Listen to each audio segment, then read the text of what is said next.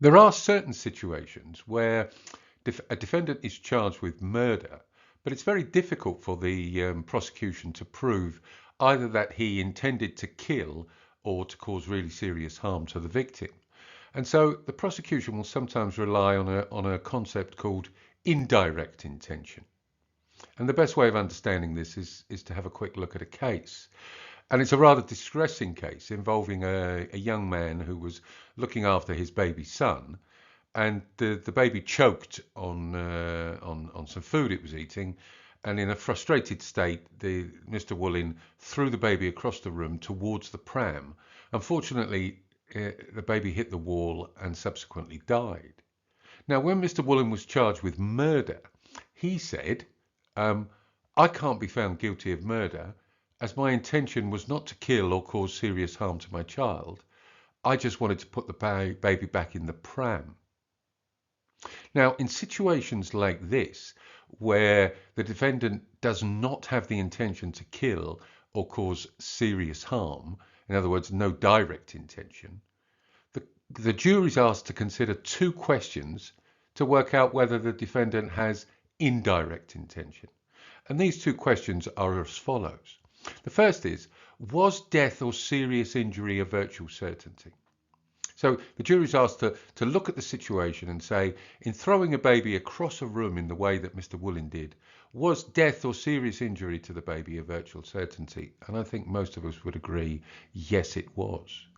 Now, the second part of the test involves us asking whether the defendant was aware or knew that this was a virtual certainty. Now, if the jury believes that the defendant's answer, or the answer to both of these questions, is yes, then potentially we say that we can find that the defendant has indirect intention, which is evidence of direct intention. It's as if the defendant intended to kill or cause serious harm to the baby.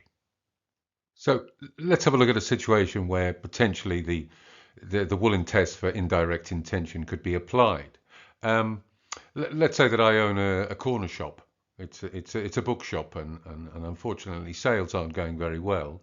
So one day I decide to set fire to it in order to make an insurance claim, even though I'm fully aware that there's people who live upstairs in the flat. The fire gets out of control, and before you know it, two people who were living upstairs in the flat are killed. I'm charged with murder, and of course at my trial I will say I cannot be found guilty of murder as my intention was not to kill or cause serious harm to anyone, but only to make an insurance claim.